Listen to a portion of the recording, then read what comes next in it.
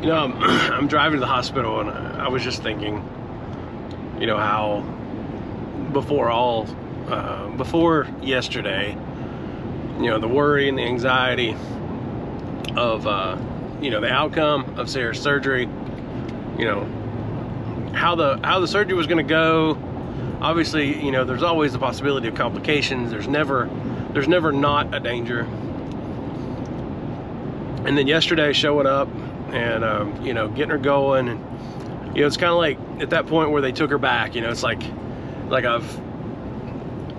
it's almost like that point in life where you just, you get in your head as a parent, you know, I'm turning my child over to the world, right? And we've already been through it with our oldest, Alana. You know, it's a sickening feeling, right? And then you have to trust that you've done all you can, and then put the rest in God's hands to let them go. And it was very similar, but in a more, you know, I don't know. And if you don't take it that serious, the point where your child becomes an adult, then you should. I really feel like you should look back and realize that it should be scary.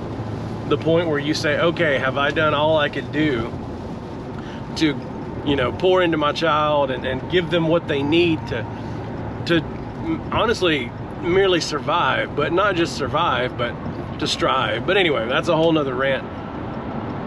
But it was much like that with Sarah yesterday, you know, when they took her back.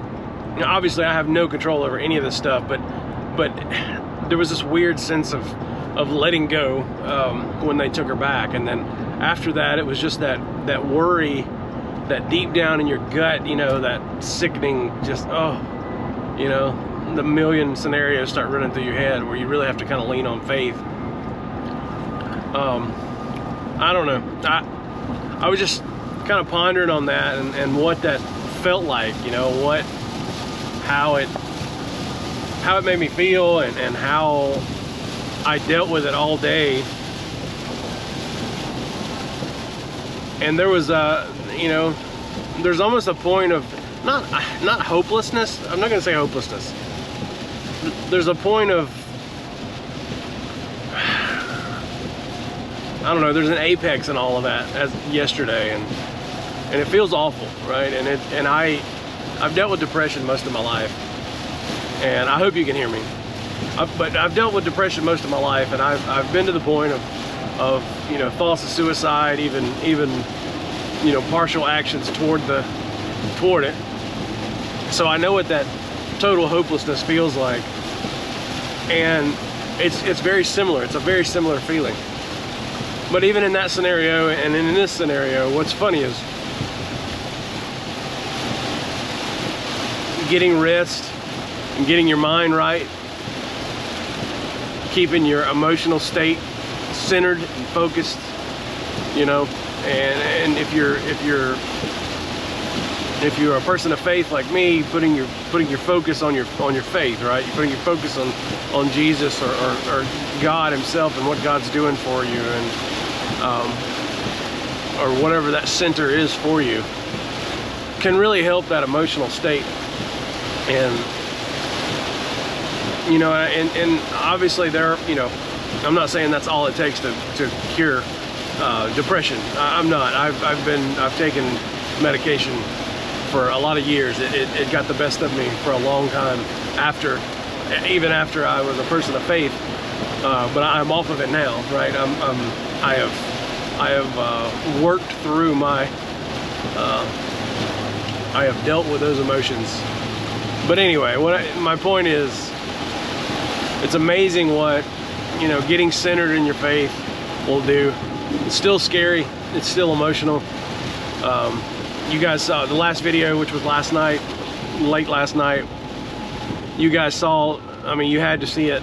I was a wreck, but I also knew that I was being asked for updates, and I'd already forgotten to text people that were wanting to know more.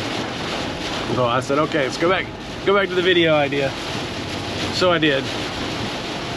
But I was an emotional wreck, right? I had dealt with that all day, and the release of it after, like, hey, she's okay and she's in a room, and then, you know, getting to see her for the first time, it was such an emotional roller coaster. And what I'm getting at is that period before I had the relief of knowing for sure that she was okay was the fact that I just kept centering myself in my faith, and I kept focusing on the positive. It's all about how you center yourself and focus yourself. That matters.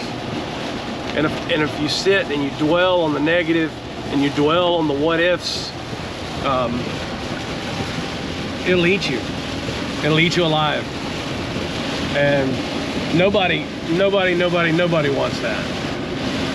It's not a good place to be, and it'll never help you. It'll never make it okay to dwell on the negative.